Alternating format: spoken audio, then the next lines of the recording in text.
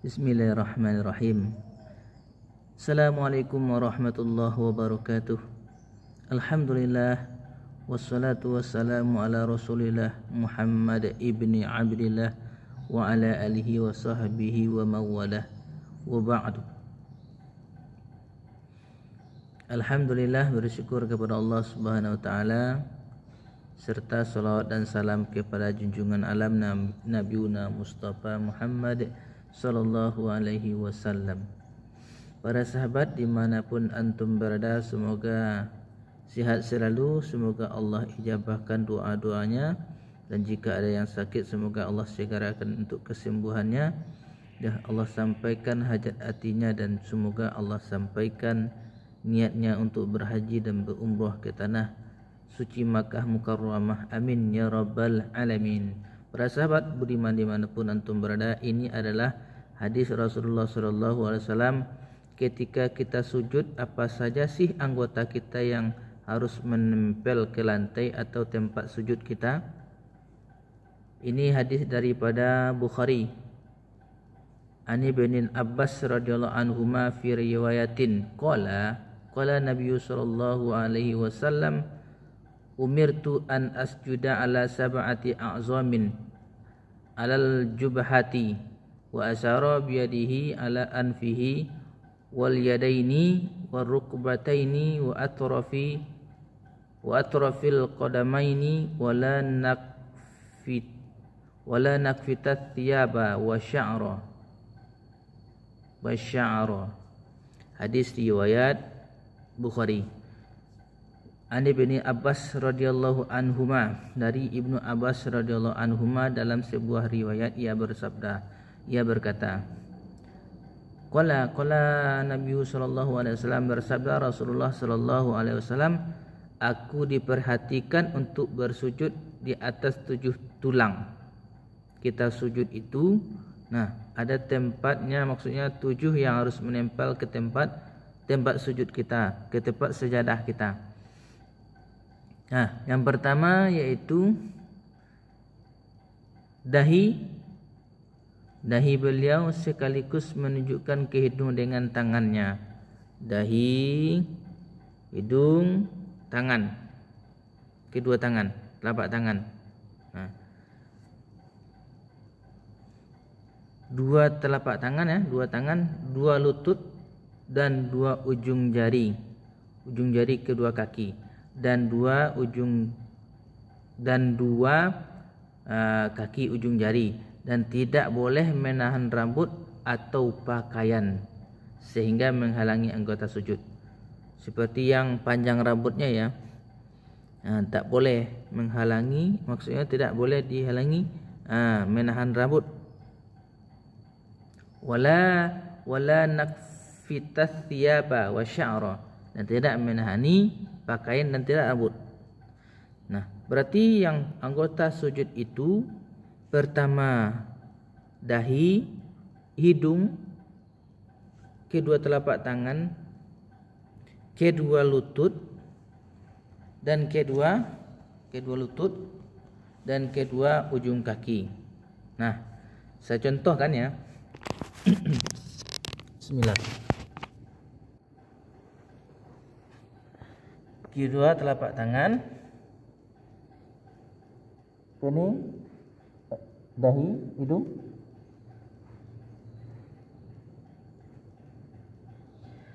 ini tidak boleh sesuatu apapun yang menghalangi rambut, pakaian, atau kopiah, harus dilonggarkan ke atas, dipinggirkan ke atas. Ini harus sampai ke tempat sujud. Dan kedua kaki, ujung kakinya harus begini ditekuk, ujungnya menghadap kiblat. Ini semisal kaki ya, kaki kan berdiri seperti ini ya, ujungnya menghadap ke kiblat dan dia ditekuk ke depan. Seperti itu ya.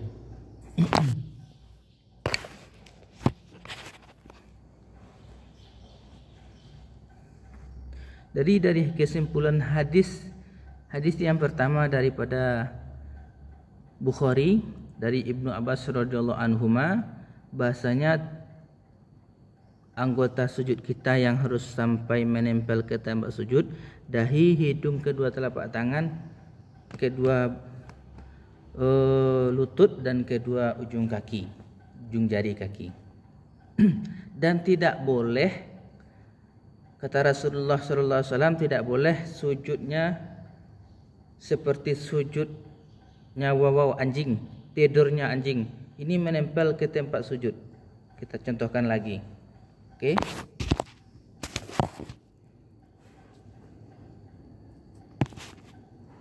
Nah, ini posisinya seperti ini. Tidak boleh ini ujung ini menempel ke lantai. Seperti ini. Nah, ini menempel ya. Tak boleh. Harus direnggangkan dari lantai. Seperti ini. Jangan seperti ini. Ini dilarang, tidak boleh. Tidak boleh. Harus direnggangkan. Oke? Direnggangkan. Dari lantai dan dari ketiak.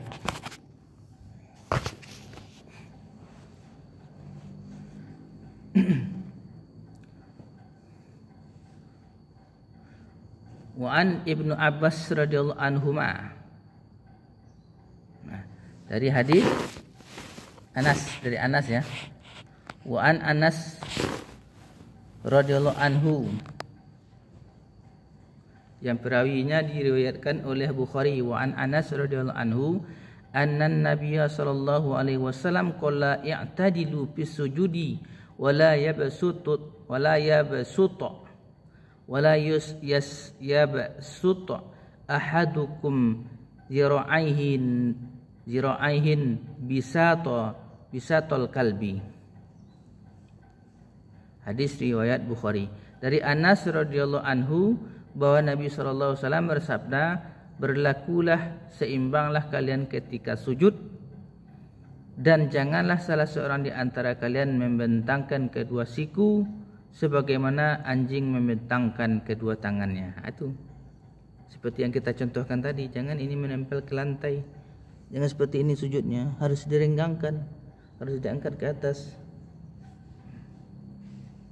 Itulah sujudnya, sujud yang dilarang oleh Rasulullah sallallahu alaihi wasallam. Dan anjuran dari Rasulullah sallallahu alaihi wasallam di rakaat yang ganjil itu kita disunahkan untuk duduk sejenak. Apa itu rakaat yang ganjil? Yaitunya pas rakaat yang pertama, rakaat yang ketiga. Kalau misalku solat kita 4 rakaat, maka di rakaat yang pertama ketika itu rakaatnya ganjil. Sebelum kita bangkit dari sujud, kita sebelum naik ke atas untuk berdiri disunahkan untuk duduk sejenak. Itu sunnah Rasulullah ya. Apa dalilnya? Ini dalilnya, perawi hadisnya adalah Bukhari. Wa an Malik. Nah, dari Malik bin Huwairais. Huwairais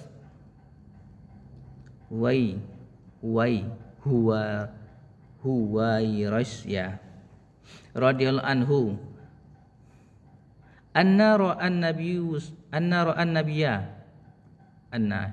Annahu ra'a an-nabiyya sallallahu alaihi wasallam yusalli fa idza kana fi witrin min salatihi lam yanhad hatta yastawiya qa'idan. Hadis riwayat Bukhari. Dari Malik bin Huwairais, susah yang menyebutnya, Huwairais radhiyallahu anhu, bahwa ia melihat Nabi sallallahu alaihi wasallam salat.